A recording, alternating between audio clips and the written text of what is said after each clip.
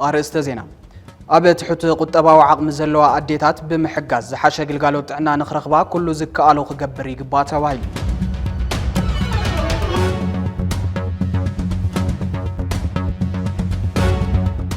ኢትዮጵያ ወደ ባህሪን ምርካብ ተገብሮ ዘላ ጻሪ ካብ አፍልጦና በተግባራውነት ከም ዝተሰጋገረ ሚኒስተር ጉዳያት ወጻይ ጌዲዮን ጢሞቴዎስ ገሊጹ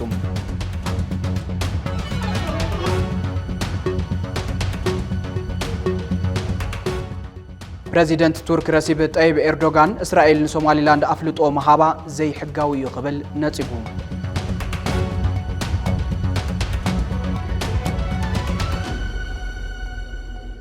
እዚህ አገልግሎት ፈነወ ትግራይ ቲቢኤስ ቴሌቪዥን እዩ ሰላም ጣና ያበለይ ክብራት ተመልከትና ካብ ቲቢኤስ ወርቃዊ ንሎሚ ተሐሳስ 22/2018 ዓመተ ምህረት ዝብልና ዮም ዜናታት እንሆ ጀሚርና ለና ከምቲ ልሙድ ሓቢርኩምና ክትጸንሑ በኽብሪ እናዓደምኩ ምስ ዜናታት ሰዓት ሓቢረኩም ዝጸንሕ ድማ ናትናኤል ፈለቀ ፈለማ መልእኽቲ አገልግሎት ፈነወ ትግራይ ተኸታቲልና እንመለስ لا ጋዜጠኛታት አባላትን መሪሕነት ቲቢኤስ በቲ ኣብ ልዕሊ ኣብ ሕጻ ዝዕቀቡ ተመዛበልቲ ዝበጽሕን ይበጽሕ ዘሎ ስቃይን ሕማምን ሞቱን ወገናቱ ዝተሰምዖ መሪር ሓዘን ይገልጽ ቲቢኤስ ካብ እዋን ምስረቱ ጀሚሩ ክሳብ ዛዕለት ንውሕስ ምምላስ ተመዛበልትን መረጋጋጽ ግዛኣታዊ ሓድነትን ልዕሊ ዝኾነ ይኹን አጀንዳ ፍሉይ ትኹረት ሂቡ ኣብ ዜንኡን መደባትን ፍሉያት ስራሕትን ዓመመ ዝመጽ እኳ እንተኾነ ካብ ምውቕ ቤቱ ሃፍታም መሬቱን ሙሉእ መሶብን ተመዛቢሉ ድራር ሕሱም ሞት ይኸውን ዘሎ ህዝቢ ከውሕስ ግን ኣይከኣለን እዚ ውህድ ናይ ተጋሩ ምንቅስቃስ ድልድል ብሄራዊ ቁመናን ዝተመዓረረ መንግስትነት ዝጠልብ ብሄራዊ ቃልሲ ብምዃኑ ኣዕሩይ ዝኸበደን ህዝቢ ከም ህዝቢ ናይ ምጥፋዕ ዓቕሚ ዘለዎን ሓደጋ ብዘለዎ ብርኪ ህጽጽነት ምምላስ ኣይተኸኣለን ግዝያዊ ምምሕዳር ትግራይን ትካላትን ውድባቱን ጥምረት ፈጢሮም ነቲ ማሕበራዊ ዓገብ ክምክትዎ ብመስኮት ትካልና ይኹን ብኻልእ መንገዲ ዘይተዘረበሉ ዕለት ዳርጋ የለን ምባል ዝከኣል እንተኾነ ካብ ዋኒን ህዝቢ ዋኒን ፖለቲካ ዓብዩ ኣገዳሲ ዓቕምታት ተዓዲ ከየተኮሮ ሓንቲ ፀሓይ ምስ ዕረቡ ቁፅሪ ሞዜጋታትና እንትውስኽ ይረአ ኣሎ ሕዚ ትግራይ ብምልእታ ሕጻጽያ ብምኽንያት ትኹረቱ ሰሓተ ፖለቲካ ትግራይን ነዚ ህዝቢ እዚ ክሓሊ ዘይከኣል ናይ ፌደራል ኣካልን ጥሜት ኣበርገለና ያቄርን እንትራባሕ ህልቂት ሕጻጽን ዓዲ መሐመዳይን እንትባዛሕ ትግራይ ከም ትግራይ ድማ ናብ ሜዳ ሞት ህዝብታት ተሰጋገር ምህላዋን ምርዳእ ሕጻጽ ምጽባይ ዘድልዮ ሓቂ ይነበረን ምምላስ ተመዛበልቲ ብትኽክል ብመሰረት ስምምዕ ፕሪቶሪያ ፍታሕ ክረክብ ዝግባእ ሓቂ እኳ እንተኾነ ካብ ህይወት ሰብን ህላዊ ህዝብን ንላዕሊ ዝኸውን ዛዕባ ብዘይ ምህላው ግን ብስንፍናኻ ወይ ብኽፋእኻ ዝፈጣርካዮ ጥሜት ተመሊስካ መሳርሒ ፖለቲካን መሳርሒ ፖለቲካዊ ቁዋምን ምግባር ግን ኣብዚ ክፍለ ዘመን እዚ እቲ ዝኸፈአ ስእሊ ይኸውን ኣሎ ቲቢኤስ ቲቪ ጉዳይ ውሕስ ምምላስ ተመዛበልቲ ብመሰረት ስምምዕ ፕሪቶሪያ ብህጹጽ ተፈጻምነት ክረክብ ይግባእ ኢሉ ይኣምን እዚ ክሳብ ዝኸውን ማለት እውን ፖለቲከኛታት ክሳብ ዝደራደሩን ረብሖኦም ዝዕዝዝ ቁዋም ክሳብ ዝሕዙን ህዝቢ ይበርስን ብሄር ይፈርስን ብምህላው ዋላቶም ዝጻብኡን ዝጻልኡን አካላት ብመዓረ ተገዳስነት ኣብ ጎኒ ሰብኣውነት ጠጠው ክብሉ ጻውዒትና ንቐርብ ቲቢኤስ ወርቃዊ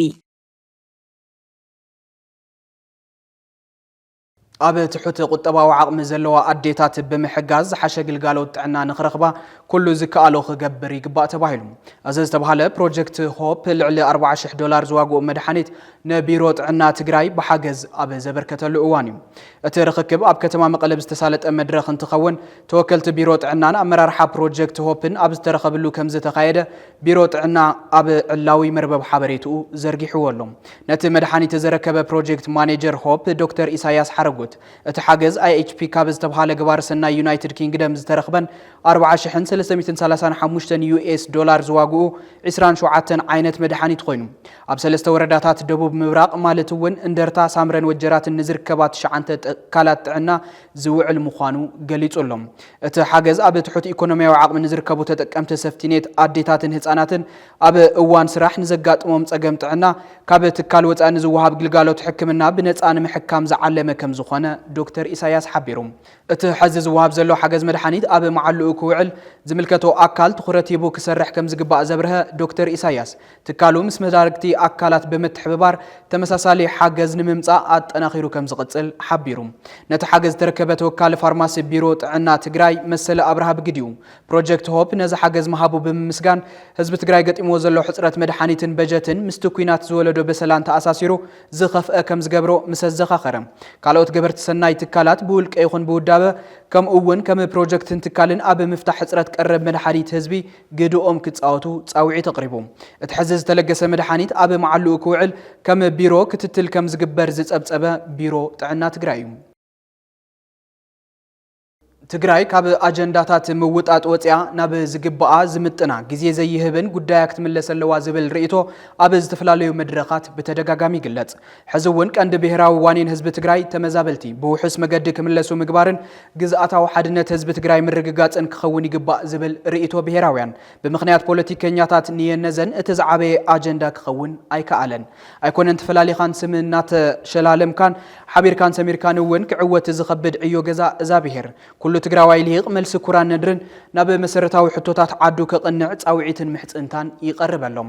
ቲቢኤስ ቲቪ ብሔራዊ አጀንዳ ህዝቢ ትግራይ ኣብዞም ዛዕባታት እዚኦም ክኸውን ብርክት ዝበሉ ምድላዋት ዘሰናድእ እንትኾን ንሎሚ ናይ ገሊኦም ቁንጣር ትሕዝቶ ከም ዝስዕብ ኣቕሪብናልኩም ኣለና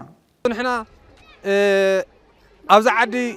ዘይኣተናዮ ቢሮ የለን ኣብ ዓዲግራት ማለት ኣብ ዓዲግራት ኣብዚ ዘሎ ሰብ እውን ኣብዚ ንባዕሉ እውን መጠለያ ሃውና ወይ ከዓ መጸግዒ ሃውና ክንብል ከለና እውን መጸግዒ የለን እውን ተባሂናና ጠቕላላ ቸንዳ ኣይንወክምን ኢሎምና ወይ ሓንቲ ክዳን ንቆልዑ ትኸውን ወይ ሓንቲ ቢከር መቅድሒ ማይ ትኸውን ወይ ሓንቲ ኪሎ መጽወፂ ትኸውን ሲ ካብ መንግስቲ ኣካል ይኹን ካብ ማንም ይኹን ዝረኸብናዮ የብልናን ምሕዝ ግን ናይ መጨረሻ ሕማቕ ኩነታት ስለ ዘለና ግን ንሕና ካብዚ ንላዕሊ ከምቲ ኣንተወ ተባሃለ እውን ዝምልከቶ ኣካል ኣብ ዲያስፖራ ዘሎ ትግራዋይ ይኹን ኣብ ውሽጢ ዓዲ ዘሎ ይኹን ንዘውዝን ትሪእዎ ኣለኹም ተምሃሮታት ሒዝና ክንደይ ፀገም ዘለና ስለ ዝኾነ ግን እዚ ህይወትና ከድሕን ኩሉ ኣካላት ውጭ ዘሎ ይኹን ውሽጢ የለኹን ንኣነ ጻውዒት ይቀርብ ዝኽእል እዩ ወግሑ ናብ ሽንቲ ብዝወፀ ግን ትሪእዎ ኣለኹም ቆልዋ ቢሉ ሒዝዎ ኸይዱ ኣብዚ ታይሞ ሰብ ኣየፅላእኻ እዩ እቲ ሰብ ሓዘ ኢሉ ኣብዚ ኣትሪፍዎ ካብኣ ኣብ ዝበሎ ድማኒ ሳላ በዚሒ ሰብ ስለ ዝኾነ እምበር ኣይለቅን እዩ ነይሩ የለቅን ኢሉ ሕዚ ግን ንሕና ኣንቲ መሓዋትና ሰማዕን ተረኺብና ኣሕልፉልና ናብ ዝምልከቶ ኣካል ወይ ድማ ናይ ከምቲ ዝኾነ ከምቲ ሓለፈ እንተኾይኑ ግን እንታይ ሞ እዩ ትርጉም እኒአዎ ክንደይ ግዜና መቐለ ወፂና ክንደይ ግዜና መቐለ ዜርናያ ዜርና ግን ምንም ትርጉም ይረኸብናላ ንሳቐለና ንሕና ውዚ ሕዚ ግን እንታይ ሞ ዝረዝሮ ንሕና ኣምላክ ኣብዚ ብልና ኣሎ ፈጣሪ ሕዚ እውን ኣይትጋደፈና ኢና ንብል እምበር ሰማዕ ስኢና ኢና ንሰምዐና እንተሃልዩ እስምዑልና ኣብ ከቢድ ኩነታት ኣብ ከቢድ ፀገም ኢና ኒአና هذه تمنا هنا أمرار حونا لو طريقنا كشام مجرشة طريقنا أين فلتمن تباهلنا ملس سلسلنا زسخ عليكم جور أمي لمنا نحن أول كن حجزكم ناي لمنا تم تحتوا تمرار حماسو أولى على خير كاجن زسمع يلن تغلا لا عمت مول بزي من نجر مقامات مالت حسابتي يكون أبي بس حلو نحن من تاي درجة لنا طريقنا الله زون كلهم قالوا أنت أي مسألة لو طريق مالها مالت يتجبر لنا عدنا خن ملس خوفينا طومينا صومينا أكيد تدورينا نوسوس رات ساونتي هاراسات يموتنا الله كم دك أنستي مسرت أكيد تدورينا مكالا خلي يلن ولا نستيتي أو جزا حدا قبي تقميت حدا جزا تقميت خدان كام غير يلن زي بحسرات مقبي ساونتي خن نوسوس رات خن يموتنا الله بركت يموتنا الله موتانا الله حزي وحس بزي خنا مسرت زي حقاو بوليتيكا تطويلو نحاده تطميرم نعدنا ملوسنا ጸጥታን ድሕንነትን ከተማ መቐለ ውሑስን ክኸውን ንቅድመ ምክልኻል ገበን ዓብይ ትኹረት ብምሃብ ይስራሕ ከም ዘሎ ቤት ጽሕፈት ሚሊሻ ከተማ መቐለ ገሊጹ ሓላፊ ቤት ጽሕፈት ሚሊሻ ከተማ መቐለ ተገዳላይ ገብረ እግዚአብሔር ገብረ ማርያም ከም ዝበሎ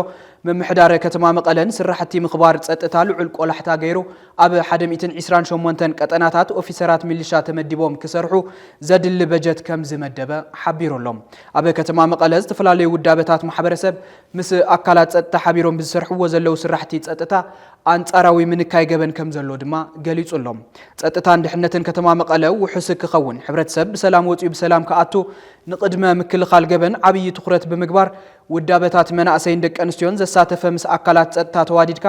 ኣብ 186 ቀጠናታት ስራሕቲ ምኽባር ጸጥታ ብዝተዋደደ መልክዑ ይስራሕ ከም ዘሎ እቲ ሓላፈ ብሪሁም ወሲኹ ድማ ኣብዚ ሒዝናይ ዘለና በጀት ዓመት ምስ ሕሉፍ ዓመት እንትነጻጸር ፍጻመ ገበን ብ13 ሚእታዊ ክንክ ከም ዝኸኣለ ገሊጹ ተጋዳላይ ገብረ እግዚአብሔር ብተወሳኺ ብዝካየዱ ዘለው ሃንደበታዊ ተፍትሻት ካብ ቀለልቲ ኣጽዋር ክሳብ በላሕቲ ነገራት ኣብ ቁጥጥር ከም ዝወዓሉ ብምሕባር ገበን ዘይፍጸመለን ጣብያታት ንምፍጣር ብሕብረተሰብ ብሓፈሻ መናእሰይ ድማ ብፍላይ ሰላም ከባቢኦም ውሑሰብ ምግባር ዝገብርዎ ዘለው ተሳትፎ ኣበርቲዖም ክቕጽልሉ ይግባእ ክብል ገሊጹ ከም ጸብጻብ ቢሮ ሰላምን ጸጥታን ትግራይ ክቡራትን ክቡራንን እዚ ቅንያት ብግሪጎሪያን አቆጣጥራ መቀየሪ ሓዱሽ ዓመት እዩ ሃገራት ድማ ብዝተፈላለዩ አገባባት ይኽብሩ ኣለዋ ሕሉፍ ዓመት 2025 ዶናልድ ትራምፕ ዘካየዶም ደብዳባት ሒዙ ዝወፀ ድህረ ገጽ አልጀዚራ ትራምፕ ኣብዛ ዓመት ንክንደይ ሃገራት ደብዲቡ ዝብል ርእሲ ሂብዎ ኣሎ እቲ ጸብጻብ ከም ዘመላኽቶ እቲ ፕሬዝደንት ናብ ቢሮ ካብ ዝኣተወሉ ግዜ ጀሚሩ ክሳብ ሕዚ ኣብዚ ቅንያት ኣብ ቬኔዙዌላ ዘካየዶ ደብዳብ بدمر أبي شمونت هجرات فلالي وتدراو متأتتوات ويدما ميليتري إنتنشن مكيادو تجليت علم كابزوم متأتتوات زيوم أبي ما يو أكلات عالم زكايدوم شدش ميتين عسران كلتن دبدابات أير مسائل درون كم زركبوهم دما تجليت علم بخالقت دما ترامب نبيرو كابز أتو نبزي مالتون أبز عمت عرر أمريكا زعلبن شمونت هجرات سمنت أريحو زقمتن الجزيرة فنزويلا سوريا إيراك إيران نيجيريا يمن سوماليين كبراتن كبرانن بزقت أمي أبي يمن أنصارتو مبوزن كساقس عطوقات أبي زجبرتو متقعتي سلسته كاب تجراي تسديدهم زخدو أحوات تجارو قداي اتدبداب مخانو TBS تسبسيبو نيرم أكال أنصار زي حقاو سدت إن جبرو قالس بمخانو أتي أبل علو وجناتنا زبط حدبداب بخمزي جمجمنا كنقرب لكم زوم سلسته ملامل مناسي زيوم أكلتي ببورحنا برخاتات ليبيان منن زفل زلو 30 منسي تجرايوم زوم مناسي زيوم أكلتي أب مريحنا تجراي خونه أب حوحات تجراي تسفاسيوننا بأف دقموت زخيد زلو خبار تجرايوم سان بوليتيكاو مرجع عن سلامن سان مجمار بروجكتات حوي داق مهنساتن سان تسفاولو دو زخون نجر مسانن بسنك تسفا مقرازن تجراي عد شماغلن دخماتنا خونه تخيد الله بزحزن من قد دما أتي تسديدو بحر نحول نزبل عزلو جنا ونا من منسي زتفعلون زموتلون زلو مخنيات ملكعناك ايرموم እዩ ምስጋናን BBC ኣብዚ ቅንያት ሰነዶ ዛንታ ሰለስተ ኣሕዋት ተጋሩ ሓደ ካብቶም ልቢ ብዙሕ ዘድሞይ ተጋንፎታት ሞት መንእሰ እዩ ለግለግ ዕድሚኦም ቁምቡላታት ኣሜሪካ ቦልዕዎም ዘለው ተጋሩ ኣሕዋት መናእሰይ ጽሩይ ሃይል ወልደ ገብርኤል ማዕረግ ገብረ ስላሴ ጸጋይን ህይወት መሓራ ኣኸዛን ዝበሃሉ እንትኾኑ ዕድሚኦም ተመሳሳሊ ልክዕ 25-24 ዕድመ መናእሰ እዮም ሰለስቲኦም ኣብ የመን ጸንሕሉ እዋን ካብ 2 ክሳብ 3 ዓመት ዛይድ እንትኸውን ዓመት ህይወቶምን ህይወት ስድራቤቶም ክጣጥሑ ዝኸድዎ መገዲ ገዲ ክኾነሎም ኣይኸኣለን BBC ቲቪ ኣልማሰራ ተወኪቱ ኣብ ዘውፅኦ ጸብጻብ በቲ ኣብ ዞባ ሰዓዳ ብዝርከብ ማዕስከር ስደተኛታት ዝተፈጸመ ደብዳብ ነፈርቲ ኣሜሪካ 68 ስደተኛታት ከም ዝተቐተሉን ካልኦት 47 ከም ዝቆሰሉን ኣቃሊሑ ነይሩ መብዛሕትኦም ድማ ኣብ ከቢድ ኩነታት ከም ዝርከቡ ገሊጹ ሚኒስተር ውሽጣዊ ጉዳያት ናይቲ ሕቲ ዝመርሑ ምምሕዳር በወገኑ ምስ ገበን ኩናት ዝዳረግ ክብል ነቲ ዝተፈጸመ መጥቃዕቲ ኮኒንዎ ነይሩ ኣብዚ ከምዚ ዝበለ ሕማቕ ኣጋጣሚ ህይወት ብዙሓት ኢትዮጵያውያን ተጋሩን ዝነበረ እንትኸውን ብዛዕባ እቶም ሰለስተ ኣሕዋት ግን ፍሉይ ትኹረት ሂቡ ተንቲኑ ወሎ ኣብ ዝተፈላለዩ እዋናት ካብ ትግራይ ወረዳ ፀራ ወንበርታ ጣብያ ዒራብ ብምብጋስ ናብ ስደት ኣምሪሖም በረኻን ባሕርን ሰጊሮም ድማ ናብ የመን ኣትዮም ክብል ዛንታቶም ግዳያት ይጅምር ጽሩይ ህይወትን ማዕረግን ራጎ ኣብ ዝበሃል ከባቢ ከዓ ነዊሕ እዋን ጸኒሖም ይብል እሞ ኣብኡ ድማ ዘይሕጋውን ስደተኛታት ብዝብል ተታሒዞም ተኣሲሮም ክብል ዛንታ ድሕረ ባይቶኦም ይቕምጥ ካብ ዝእሰሩ 4 ዋር ሕሊፎም ነይሮም ዝበለት ጸብጻብ ናብቲ መጥቃዕቲ ዝተፈጸመሉ መዳጎን ሰዓዳ ካብ ዝኣተው ከዓ ክልተ ሰሙኖም ቅድሚ ኣብ ካሊ ቤት ማእሰርቲ እዮም ጸኒሖም ክብል እውን ወሲኹ የብረቲ ጸብጻብ ኣብ የመን ቤት ማእሰርቲ ምስኣተው ኣብ ዓዲ ምዝርከው ቤተሰብ ፍላይ ድማ ምስተናብ ስዑዲ ዓረብ ዘለዋ ሓቶም ሓሊፎም ብስልኪ ይራኸቡ ምንባሮም ኣምለሰት ምሩጽ ተባለት ናይ ቀረባ ዘመዶም BBC ተዛሪባ ዝበለት ጸብጻብ ኣብዚ ግዜ እዚ ንሳውን ኣብ ስዑዲ ዓረብ ዘላ ኣምለሰት በርግጽ ኣብቲ ቤት ማእሰርቲ ስልኪ ብቐሊሉ ኣይረኸቡን ነይሮም ግን ከዓ ሓሊፉ ኣብዚ ኣብ ስዑዲ ምስ ዘለዋ ሓቶም ይራኸቡ እዮም ኣይትጨነቃ ዳሕና ዘለና እዮም ዝብልና ነይሮም ትብል ከም ዝነበረት የብረ እቶም ኣብ ስዑዲ ዝርከባ ኣሓት ማለት እውን ደቅሞን ደቅኖን እቶም ግዳያት ምዃነን ዘዘኻኸራትን ወገናት ብስልኪ ክረኽብኦም ከለዋ ኣብ ኢድ መንግስቲ ስለዘለና ኣይትሻቀሉ ኣብዚ ቤት ማእሰርቲ ዳሕና ዘለና ይብሉ ምንባሮም ይገልጻ በአካላት ጸጥታ ተታሒዞም ንኣዋርሕ ኣብ ማእሰርቲ ጸንሑ በዓል ጽሩይ ብዛዕባቲ ኣብ የመን ዘሎ ጸጥታዊ ኩነታት ዝኾነ ሓበሬታ ናፈልጦም ከም ዘይነበሮም ኣምለሰት ገሊጻት ለይ ዝበለ BBC ኣብ ቤት ማእሰርቲ ሰዓዳ ኮይኖም ብዛዕባቲ ዘሎ ኩነታት ኣይፈልጡን ነይሮም እንታይ ካየድ ከም ዘሎ ግንዛቤ አይነበሮምን ክትብል ኣብ ጉዳይቲ ኣሜሪካ ብልዕሊ ዕጡቃት ሕቲ ዝጀመረቶ መጥቃዕቲ ዝኾነ ሓበሬታ ከም ዘይነበሮም ምርግጋጽ ይካል ትብል ድሮ እታ መጥቃዕቲ ዝተፈጸመላ መዓልቲ ምስተን ኣብ ስዑዲ ዓረብ ዝርከባ ኣሓቶም ብስልኪ ተራኺቦም ብዛዕባ ካልእ ጉዳይ ተዘራሪቦም ደሓን ኹኑ ደሓን ቀንያ ተባሂሎም ተፈላለዮም እንትብል ነቲ መሪር ዛንታ ዘዘንተው ሓተታ BBC ሰንበት ምሸት ብስልኪ ኣብ ዝተራኸብሉ እዋን ጽቡቕ ዕሊሎም እናስሓቆም ሲዮም ይጽግሞም እንተልዩ ሓቲቶኖም ኣብ ኢድ መንግስቲ ተታሒዝና ስለዘለና እንታይ ከይንኸውን በኣናይ ተሻቀላ ኢሎምውን ብድሕሪ ናይ ስልኪ ዝርርቦም ኣብ ሶኒ ዘውግሕቲ ደብዳብ ኣብ ልዕሊኦም ተፈጺሙ ብምባል ሓፍቲ እዞም ግዳያትን BBC ምዝራባ ተጸብጺቡ ኣሎ ኣብ ትግራይ ዝርከቡ ወለዶም ንመወዳእታ ግዜ ዝተራኸቡላ መዓልቲ ድሮ በዓል ፋሲካ መንባራ ዝሓበራ እተን ኣሓት ግዳያት ኣሓቶም ካብ ስልኪ ናብ ስልኪ ብምርኻብ እንኳ ኣብጽሕኩም ንሕና ደሓን ኣለና ዝብል መልእኽቲ ንቤተሰቦም ከስምዑ ገይረን መንባርን እውን ጠቂሱ ብድሕሪኡ ኣብታ ብሓባር ተኣሰሩላ ክፍሊ መዳጎን እናሃለው እዚ ዘይተጸበየ ወደብዳብ ተፈጺሙ ህይወቶም ሓሊፉ ዝበለ BBC ኣሜሪካ በቲ ኣብ ትሕቲ ቁጽጽር ሕቲ ዝርከብ ሰሜናዊ ምዕራብ የመን ዘካየደት ደብዳብ ዝሞቱ መብዛሕትኦም ኢትዮጵያውያን ከም ዝኾኑውን ኣዘኻኺሩ ኣብ ማእኸል መዳጎን ስደተኛታት ብዝተፈጸመ መጥቃዕቲ ብውሕዱ 8 ኣፍሪቃውያን ከም ዝተቐተሉ ሰበስልጣን ሕጂ ሽዑ ሓቢሮም ዝነበረ እንትኸውን ቢቢሲ ዘዘራረቦ መሰኻኽር ዓይን ከዓ እቲ ቁፅሪ ልዕሊ ዝተጠቐሰ ምዃኑ ተዛሪቦም ነይሮም ዓብዱርሕማን ያሲን ዝተባሃለ ነቶም ኣብ ከተማ ሰዓዳ ተሃሪሞም ኣብ ሆስፒታል ዝርከቡ ኣብ ምክንኻን ዝርከቡ ኢትዮጵያውያን ምስ ቢቢሲ ኣብ ዝገበሮ ቃለ መሕተት እቶም ዝሞቱን ዝቆሰሉን ዳርጋ መብዛሕትኦም ኢትዮጵያውያን ምዃኑ ተዛሪቡ ኣብ የመን ዝርከብ ዓብይ ሓዊ ንጹሪ ምስ ካልኦት ኣብቲ ሃገር ዘለዉ ኢትዮጵያውያን ብምዃን ናብታ ቦታ ከይዶም ንኣስከሬን ኣዝማዶም ክረኽቡን ከለልዩን ከም ዝኸኣሉ ሓበረሙ ሰለስቲኦም በቲ መጥቃዕቲ ሽዑ ሞይቶም ዝብል ሓበሬታ ምርካቡ ኣብ ጸብጻብ ኣስፊሩ ደቂ ሰለስተ ኣሕዋት እዮም ቤተሰብ መርድእ ምስ ተነገሮም ኣብ ሕማቕ ኩነታት ወዲቖም ኣለዉ መንመን ከጽናዕን ክእብድን ከቢድ ኮይኑ ኣሎ ወዲ ሓዊ ሞይትኒ ወይ ወዲ ሓፍተይ ተጎዲእኒ ኢሎም ሓደ ናብቲ ካልእ ክኸዱ ኣይከኣሉን ኩሎም ኣብ ሓዘን ኣለዉ ትብል ኣምለሰት ድሕሪት ደብዳብ ንቢቢሲ ኣብ ዝሃቦቶ ቃል ኣስከሬን ግዳያት ድማ ክሳብ ሎሚ ናብ ዓዲ ምውሳድ ከም ዘይተኻእለ ብምሕባር ኣብ ውድዮም ክቕበሩ ወይስ ናብ ዓዲ ክስደዱ ዝብል ዝኾነ ንጹር ነገር የለን ቤተሰብ እውን ኣብ ሓዘን እዩ ዘሎ ምባላ እውን ንቢቢሲ ጠቒሱ እዚ ኣሕዋታት ዝሰኣነት ወገን ኣብዚ እዋን ካብ ትግራይ ብደላሉ እናተታለሉን እናተገደዱን ናብ ስደት ዝወፁ ብዙሓት እዮም ባሕሪ ሰጊሮም ናብ ስዑዲ ከኣትዩ ባህጎም ኣብ መንገዲ ግን ይተርፉ ኣለዉ ስለዚ ይኣክል ክበሃል ኣሎ እቶም ኣብ ዓዲ ዘለዉ ደላሎ ህዝብን መንግስትን ክፋረዶም ይግባእ ክትብል ምሕፅንታ ምቕራባ ዝገለጸ ቢቢሲ በረኻን ባሕርን ሰጊሮም ናብ የመን ካብ ዝኣትዉ ካብ 8 ኣዋርሕ ክሳብ 3 ዓመታት ዝገበሩ ጽሩይ ህይወትን ማዕረግን እቲ ሃገር ዝረኽብዎ መዓልቲ ስራሕና ሰርሑን ካብቶም ስዑዲ ዘለዉ ኣሓቶም ብዝለኣኸሎም እዮም ናብረኦም ክመርሑ ጸኒሖም ክብል ምረት ስደት ኣብርዩ ካብዚ ሕጋውያን ኣሰጋገር ተደላሎ ኣካል ጸጥታን ዕጡቓት እናተሓላለኹ ኣብ ዝሕልፍዎ እዋን ዝነበሮም ሓደ ተስፋ ናብ ስዑዲ ዓረብ ምስጋር ዝበለት ጸብጻብ ኣብ ትግራይ ዘሎ ኩነታት እዩ ንዝሓሸ ህይወት ኢሎም ናብ ስደት ክወፁ ገዲድዎም ኣብ የመን ኮይኖም ናብ ስዑዲ ክሳገር እንትፍትኑ ሓለዋ ደብ ክሳገሩ ኣይኸኣሉን ናብ ዓዶም ከይምለሱ እውን ባሕሪ ይጽበዮም በዚ ምኽንያት ኣብ የመን ክጸንሑ ተገዲዶም ቀንዲ ሓሳቦም ግን ናብ ስዑዲ ምእታዊ ዝብል ነይሩ ትብል ኣምለሰት ናብ ስዑዲ ዓረብ ምስጋር ከይሰለጦም ወይ ናብ ድሕሪት ናብ ዓዶም ከይተመለሱ ድማ ብኣካላት ጸጥታ የመን ዘይሕጋውያን ስደተኛታት ብዝብል ተታሒዞም ናብ ቤት ማእሰርቲ ዝተዳጎኑ እዞም ወገናት ዝተሰደድሉ ምኽንያት እንተብረ ኣብ ትግራይን ዝተወልዑ ኩናት ስዒቡ ትምህርቶም ኣቋሪፆም እዮም ስለዚ ናብ ስዑዲ ብምኻድ ነቶም ኣብ ትግራይ ዝርከቡ ቤተሰብ ምሕጋዝ ይሕልሞም ዝነበረ ወለዶም ኣብ ገጠር ዝነበሩ ሓረስቶት እዮም ትብል እታ ኣብ ስዑዲ ትርከብ ዘመዶም ኣምለሰት ትግራይ ድሕሪ ዘጋጠማ ጽንታዊ ኩናት ቀልጢፍና ውሕየትን ዳግመ ህንጸትን ኣብ ክንዲ ምእታው መራሕቲ ሕወሓት ብዝፈጠር ወነን ባዕልኻ ናይ ምብላዕ ኣጀንዳ ህዝቢ ፋሕፋሕ ክብል ምኽንያት ከም ዝኾነ ብተደጋጋሚ ዝዝረብ እዩ ኢትዮጵያ ወደብ ባሕሪ ንምርካብ እትገብሮ ዘላ ጻዕሪ ካብ ኣፍልጦ ናብ ተግባራውነት ከም ዝተሰጋገረ ሚኒስትር ጉዳያት ወጻኢ ጌድዮን ጢሞቴዎስ ሓቢሩ ሚኒስትር ጉዳያት ወጻኢ ጌድዮን ጢሞቴዎስ ኢትዮጵያ ናብ ባሕሪ ንምብጻሕ እትገብሮ ዘላ ጻዕሪ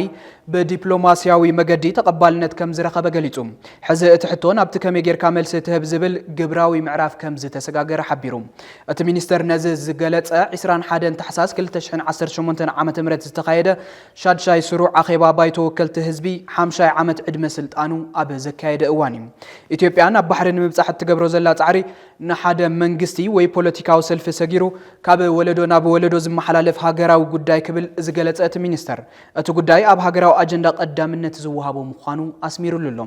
ኣብ ውሽጢ ሃገርን ወጻእን ዝነብሩ ኢትዮጵያውያን ከምኡ እውን ኤምባሲታት ኢትዮጵያ ረብሓታት ባሕሪ እቲ ሃገር ኣብ ምምላእ ብንጥፈት ይሳተፉ ከም ዘለውን እቲ ዝካየድ ዘሎ ዲፕሎማስያዊ ንጥፈታት ዘተባብዕ ምልክት የርኢ ከም ዘሎን ድማ ገሊጹሎም ጌድዮን ወሲኹ ብዘይደገፍ መንግስቲ ኢትዮጵያ ብዝተፈላለዩ ማዕኸናት ዜና ኣቢሎም ንጉዳይ ወደብ ባሕሪ ኢትዮጵያ ዘስፋሕፍሑን ኣብ ሓለዋ ደው ዝበሉን ዜጋታት ምስጋኑ ገሊጹ ሃገራዊ ረብሓታት ንምሕላው ተሳትፎ ህዝቢ ወሳኒ ምዃኑ እቲ ሚኒስተር ዝገለጸ እንትኾን ኣብዚ እዋን ዝካየድ ዘሎ ጻዕሪ ማሕበረሰብ ዓለም ንጉዳይ ባሕሪ ኢትዮጵያ ብነዊሕ እዋን ዝጸንሐ ስትራቴጂካዊ ኣረኣያ ክርድኦ ዝዓለመ ምዃኑ ኣስሚሩሉ ኣሎ ቃል ጌድዮን ተኸታቲልና እንመለስ ኢትዮጵያ ከቀይ ባህር ጋር ያላት ግንኙነት ያላት ትስስር የስትራቴጂካዊ የሆነ የረጅም ጊዜ ጥቅማችንንና ትልማችንን ታሳቢ ያደረገ ነገር እንደሆነ ላሰምርበት እፈልጋለሁ ለረጅም ጊዜ ለሶስት 10 ዓመታት የነበርንበትን ሁኔታ ታውቃላችሁ ወደዛ አይነት ሁኔታ ውስጥ እንድንገባ ደግሞ ለረጅም ጊዜ ታቅዶበት ታስቦበት የተሰራብንን ነገርም የምትገነዘቡት ነው ስለዚህ ይሄንን ነገር ለመቀልበስ ይሄንን ነገር ለማስተካከል የረጅም ጊዜ እይታ ያስፈልጋል የሩብ ዓመት ግብ ሳይሆን ይሄ ስትራቴጂክ የሆነ የሀገር ከትውልድ ትውልድ የሚሻገር የሀገር ግብ እና ዓላማ እንደሆነ ታሳቢ ማድረግ ይኖርብናል ስለዚህ በዚህ እይታ የተጀመሩ ስራዎች ተጠናክረው ቀጥለዋል የኢትዮጵያን አቋም የኢትዮጵያን ፍላጎት ለማስረዳት በተለያየ መድረኮች የኢትዮጵያ ዲፕሎማቶችም የኢትዮጵያ ከፍተኛ የሥራ ኃላፊዎችም የውጭ ጉዳይ ሚኒስትር ብቻ ሳይሆን ሌሎችም የሥራ ኃላፊዎች ክቡር ጠቅላይ ሚኒስትሩን ጨምሮ ያላሰለሰ ጥረት ያደረጉ የኢትዮጵያ አቋም ምንድነው የኢትዮጵያ ፍላጎት ምንድነው የሚለውን ለዓለም ማስገንዘብ ችለናል። ፍላጎታችን ምንድነው ግባችን ምንድነው የሚለውን ብቻ ሳይሆን ያስገነዘብነው ጥያቄያችን ተገቢ እንደሆነ ፍትሃዊ እንደሆነም ለብዙዎቹ ማስገንዘብ ችለናል። ስለዚህ ይሄ ፍትሃዊና ተገቢ የሆነ ጥያቄ እንዴት እውን መሆን አለበት የሚለው ወደ እንዴት ወደሚለው ምዕራፍ ለመሸጋገር ችለናል። ፕሬዚደንት ቱርክ ረሲብ ጠይብ ኤርዶጋን እስራኤል ንሶማሊላንድ አፍልጦ መሃባ ዘይሕጋዊ ይኽብል ነጺጉም ቅድሚ ሒደት መዓልታት ካብ ሃገር እስራኤል ሃንደበት ዝተሰምዐ ምእዋጅ ናጻ ሃገር ሶማሊላንድ ሓዱሽ ፖለቲካዊ ዋዕዚ ዞባና ምዃን ተሰጋጊሩሎም ዝርዝር ኣለና። ሃገር ዝደሊ ቅድመ ሃገር ምዃን ሃገር ክትከውን ዘኽእል ቅድመ ምድላው ይጠልብ ዝብል ኣባህላ ፖለቲካ ሳይነስ ኣብታ ኣብ ቀርኒ ኣፍሪካ ትርከብ ንኸባቢ 30 ዓመታት ሃገር የላ ሃገር ተመንያ ግንከ ሃገርነት ከይተፈቐደላ ጽንሐ ሶማሊላንድ ኣጸቢቑ ይገልጽ። ናይ ባዕላ ላዕላዊ ግዛት ሒዛ ናይ ህዝባ ስሙር ድሌት ሃገርነት ተረጋጊጻ ናይ ባዕላ ምክልኻል ሃገር ሃኒጻ ናይ ባዕላ መተዓዳደጊ ገንዘብ ሒዛ ሰሌዳዊ ዝኾነ መረፃና ካየደትን ዜጋታት ብቐጻልና ሃነፀትን ዝመፀት እዛ ሃገር ካብታ ኣዱ ሃገር ዝኾነትን መቓድሾ ማእኸላ ገበረትን ሶማሊያ ተፈልያ ዝጸንሐትሎም እዋናት ሃገር ምዃን ዝጠልቦ ግዜ ካብ ዝንላዕልን ተዘይኮይኑ ዕድመ ሓደ ጎበዝ ተበሊዕ ኣሎ። እቲ ዋና ነገር ሕዚ ሃገር ኣብ ውሽጢ ኸእዩ ስራሕ ሶማሊላንድ ሃገር ክትከውን ዘኽእላ ገዛ ሰሪሓ ወዲኣ ዶ ይወድአትን ኣይኮነን። እቲ ቀንዲ ነገር ህዝባ ቀሊል ዘይበሃል ናይ ብሔር ምርድዳእ ፈጢሮም ድዮም ኣይፈጠረን ኣይኮነን። እቲ ቀንዲ ነገር ናተይ ኢኺ ኣካለ ኢኺ ካብ እትብለካ ሃገር ከመይ ክትፈላለ ትኽእል እዩ። ሰላማዊ ፍትሕ መብስዎ ከመይ ትፍጽምን ዜጋታት ሃገር ሒዞም ግን ድማ ኣብ ትሕቲ ባርነት ዝነብሩሉ ዕድል ከመይ ክትዓጹ ትኽእል ዝብል እዩ። እዚ ገዚፍ ኣጀንዳ እዚ እንተወሓደ 30 ዓመት ዝወሰደ ሕዚ እውን ምልክት እምበር ምልኣት ዘይርአ ናይ ሶማሊላንድ ኩነታት ምርዳእ ይከኣል። ሃገር ዝብላ አንደበታት ዕዮ ገዛ ኣለወን ናጽነት ዝብላ ልሳናት ዕዮ ገዛ ኣለወን ናይ ብሕታይ ዓዲ ናይ ባዕለይ ዓውዲ ናይ ገዛ ርእሰ ዘውዲ የድልየኒ ዝብላ ነብሳት ግድን ዕዮ ገዝአን ክምልስ ኣለወን። ሶማሊላንድ ዝገይረ ወዲ እየ ባህሊት እያ። ከምኡ ኮይኑ እውን ግን ኣብ ቅድሚ ሓያላት ሃገራት ዓለም ለኸ ኮነ ኣብ ቅድሚ ዓለም ለኻውያን ትካላትን ውድባትን ሞገስ ኣይረኸበትን። ኣብዚ ቅንያት ካብ ሃገር እስራኤል ዝተሰምዐ ዜና ብስራት ነቲ ሃገር ሃሪፉ ግን ድማ ብዘይ ቅቡልነት ተቆሊፉ ዝጸንሐ ህዝቢ ሶማሊላንድ ዓብይ ምዕራፍ ዝኸፈተ ነይሩ። ይገርመካ ሕዚ ፌርማይ እናዕረፍኩን ከለኹ ኢኻ ደው ኢልካ ኣብዛ ነዘራረበላ ዘለና እዋን ናጽነት ሶማሊላንድ ከም ዝተቐበልናዮ ይፍርም ኣለኹ። ንመላእ ናጻ ህዝቢ ሶማሊላንድ ድማ እንኳዕ ደስ በለካ ክብል ይፈቱ ይብል መራሒ እስራኤል ብንያሚን ኔታንያሁን ኣብቲ ምስ መራሒ ሶማሊላንድ ዓብደልራሕማ መሐመድ ዝገበሮ ናይ ኢንተርኔት ዝርርብ። ነዚ ስዒቡ ገና 10 ዓመታት ዝገበረት ኣብ ኣፍሪካ እታ ዝነኣሰት ትበሃል ሃገር ደቡብ ሱዳን ድጋፍ ክትህብ እንተላ ኣሜሪካ ድማ ኣብ ትሕቲ ገምጋምን ዳሕሳስን ዘሎ ጉዳይ እዩ ክትብል ተደሚጻ ኣላ። ብውሽጣዊ ዕግርግርን ብወራራት ግብረ ራዕድን በረኻ ኣፍሪካ ኮይና 20 ዓመታት ዝዘለቐት ሶማልያ ነዚ ካብ ሕምብርታ ዝተሰምዐ ናይ ምንጻል ዜናን ካብ ማእኸላይ ምብራቕ ነዚ ስዒቡ ዝመጸ ኣፍልጦን ንመላእ ዜጋታት እታ ሃገር ናብ ሰላማዊ ሰልፊ ኣውፂዎም ኣሎ። ኣብ መቓድሾ ዝተሳለጠ ሰላማዊ ሰልፊ ክብሪ ሃገርና ይተሓሎ ላዕላዊ ግዛኣትና ኣይተንከፍ ሶማልያ ሓንቲ እያ ሶማልያ ኣይትኽፈል ኣይትምቀል ወዘተ ወዘተ ዝብሉ ጭርሖታት ተሰማዑሎም ኮይኑ ብልዝብን ምርዳእን ኣቐዲምካ ስራሕ ዘይተሰርሐሉ በሲሉ ዝቐንበረ ጉዳይ ሃገርነት ሶማሊላንድ ግን ነዚ ሰላማዊ ሰልፊ ዝሰምዕ እዝኒ ዘለዎ ይመስልን። ኣብ ፖለቲካዊ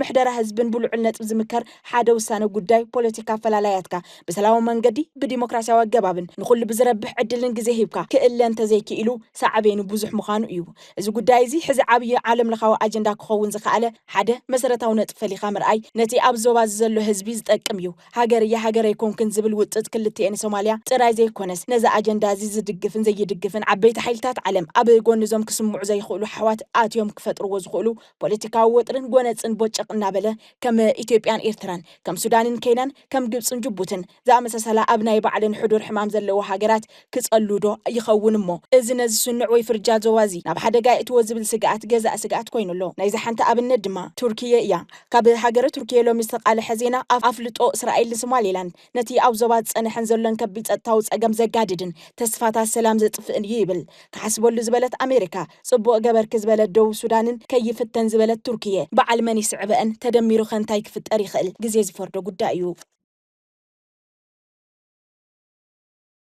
TBS TV سرع فنوا كابز جمر الأوان فلمو ببورحو فلينا يتخرط أنفتنا نتسرى زينان مدباتن قريتو أب مفنا ومتصنحي ذكر إذا حزنا يزلنا ورح تحساس أب تقراي نزا حلفو حاموش عمتات زقات سألو عبيت هزباوت أقامات حزوون صفحات عمقوة وسيخوم يقادو مهلا ومسعبو بقاندو أب مبقع كل مداوت أقام هزبنا دفئت زقابرو تحزتوتات تخرط نقبر لنا بفلاي معبلو زلو تتتاون بوليتيكاون قدات نهزبين أب خالقنا يكوينات سقات يسقاقرون نبهرا ودحنت اتعدون ناب حدقا يقالعو لهم مسرتاو حتوتات حزبنا زملسلو بهراو حلاو عدنا زرغاغصلو مقد حويتن داغماي هنصتن تتليمو فصامه زرخبلو اتبحتاو مقدي كاب ولقاون غجلاون ربحخا ربحا تግራይ مقدامي ينبل ممحداراوي اكالات بوليتيكاو حيلتات سيفيكن سيفيلن محبرات ناي بيزنس تكالات أكلات ميديان مهوراتن أقداسنت عدن هزبن مقدام كسبكو كمهرون نزل تحساس بازك جزء أوعيتنا غربنا TBS نزل جزيف بهراوانين بزينا بمدبات بحاتتا بمدرخات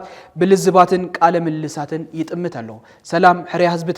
تقراي مقدام دما ترير رحون عدم زفتو تكالاتيو إذن ربح هزب زحلق أجندازي نلومي بزعب ملكعوخنا غربو حمشتنا سمعت هواسات اللو ودسب مزم حمشتنا يسمعت هواسات نام جمري حدنت كفتر كخل اللو زناغرو زدامصو زدهسسو كل ناغرو زريو حدنت كفتر كخل اللو نام جمري دحريو لابا يخرج سلازي توانا عبي صقم كوين زلو ام محبرسب تفطير زلو نايسن البناوي قلولاو يلو كله نزود كتنازيون عبي صقم كوين زلو إلي الحسب عنا كم تصفاي مالتي سلازي زي كن حكومة انت خوينا حدا بوليتيكا ومحدرانا تاي مسل زيون كحكم كخل اللو هايمانتاو تكالاتنا خطاي مسلا زيون كفتش كخل اللو مغنياتو سلام كل اندحر كوينو عب حد هايمانتاو تكالون سلام كل خللو أنا كل زر لقو تحتات النتن فتح مقدال لمس مزازيو تي أب تقراي اللي وصله إذا مزازي لما تعي مرحنيتو تحتات النت مسفان فتح مسفان إلى أمن فتح كسفن تحتات النت سفن تقين هم دجنا من علبات بتنايت إثيوبيا زبال عد حق تأشيرنا الأمبر أو تجرايون حدش حق موسى يدلي إلى أمن نحنا دك سبات نبهال هم تجارو بفلاي خلتشي عصر سلسلة يدرس إحنا تقعد كم تجارو حدا كنخوني جبع حدا أوراجات تكاميت حدا أوراجات قداي حدا أوراجات دقافي حدا جروب حدا أوراجات حدا دقافي خوينو كرأيه اللي حزون تعمل تقايد حسابي حدا خويننا حدا حساب حزنا انتس لورد انتس ديب كديب حدا أقام كنحزل لنا ميديا دما نورز بهال صرفي أيام هري لينا مهوريو أبز حزل قبر لو سألفتاتون كترف الله حدنتنا خنت أنا خري قبنا حدا خوينا حدا قال خوينا سلامن نايسب موت هيوتن نترف يقبنا كبلي دلي غن أب موداتا زينا قدمي حموش عمت كم زعلت قبل على سلماويان تجارو نبرت مدري حمشو ديما بحيلتات إثيوبيا قفعة فتصمو سنتات جراي كير الساعة كيدقم كاب قالنا العلي ببعلتو نستفتصمو قفعتات ببعلتو كذكرون فتحك حتى تلو من يقبع كاب الزبل صنوع حزبه وامنت نلومي أبز تتقص بوتا هيوتو من زحلفة وجناتن سدرا قداية مذكر حلفنة نايز سموع تكال وانينيوم دحرت خلو قفعنا حزنن كم أون دحرت بريتوريا تفرم اسم معون انتقنا أبز صباحة اسم معكوت وزقبهم زنبرو وررتن تسفحفحتن حيلتات إيرتران محران حزون أب مريت تجراي لو أبزم بوررت تحزم زلو كبابتات تجراي زركبو دك تجراي حزون سلحتاوت انت نافت أملهم يركبو فرمتو على بريتوريا نتبتات تسمع بمفتصام سلام حويت تجراي أب مرققات إلون نقدات فتحين بدل تدمع فردي كمت أب مقبار قديوم كتصاوتو تصاوعتنا نقرب زرزر لنا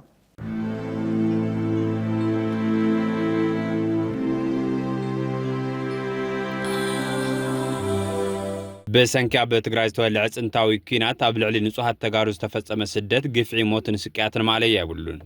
قفع حزب كير الساعه كيدقم TBS TV بابوانو زانتاتات جينوسايد يغرب كم زعلت قدم حموش عامت اب مدري حمشو ديما بنصوحان سبات بحيلتات إثيوبيا ብዘስካሕክሕ ኩነታት ተቐቲሎም ኣብ ልዕሊ ደቂ ሰባት እንሳን መሰረተ ልምዓትን ንምእማኑ ዝኸብድን ሰብ ዘይብል በደልን ግፍዕን ምፍጻሙ ዝዝከር ኮይኑ በዚ ጨፍጫፍ እዚ ወላዲ ብዘይ ውላድ ውሉድ ብዘይ ወላዲ ክተርፍ ኸይዱ ዓዲ ክበርስ ባይታ ኣመቻችው እዩ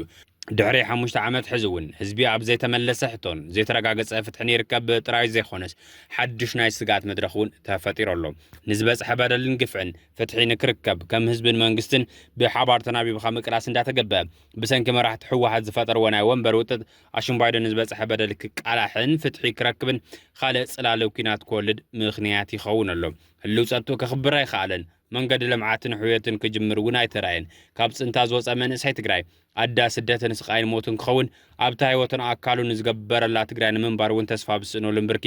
በፅሑ ከም ዘሎ ዑደታዊ ተሪኦ ኮይነሎ ፍታሕ ዘይረኸበ ጸንታ ምቕጻሉን ነዚ ዝምልከቶ መንግስቲ ዘይምርጉን ህዝቢ ከም ህዝቢ ኣብ ዘይተደለየ ሻቅሎት ከኣቱ ገይሩ ይርከብ መራሕቲ ካብቲ ዘለዎ ወጥሮ ወፂኦም ህዝቦም ፍታሕ ክረከብ ክሰርሑን ንዝበፅሕኒ ይበፅሕኒ ዘሎ በደል ዝኽሕስ ስርዓት ከንግሱን ሰፋሕ ጻውዒታት ይቐርበሎም ፍላይ ዝተመዛበለ ህዝቢ ክምለስን ዝተቆረሰ መሬት ትግራይ ናብ ሰብዋንነቱ ከኣቱን ብዘይ ዝኾነ ይኹን ቅድመ ኩነት ክፍጸም ዘለዋኒን ምዃኑ ብተደጋጋሚ ዝጥለብ ዘሎ ጉዳይ እዩ ኣይርሳዕ ከይድገም ዝብል ቃል ጭርሖ ጥራይ ከይኸውን ኩሎም ዓይነት ግፍዕታት ክቃልሑን ፍትሒ ክሕተተሎምን ብዘይ ምርብራብ ክስራሕ ዝግብኦ ብሄራዊ ዋኒን ምዃኑ ጽንታ ትግራይን ትሕሰብ ክሕሰብ ዘለዋኒን እዩ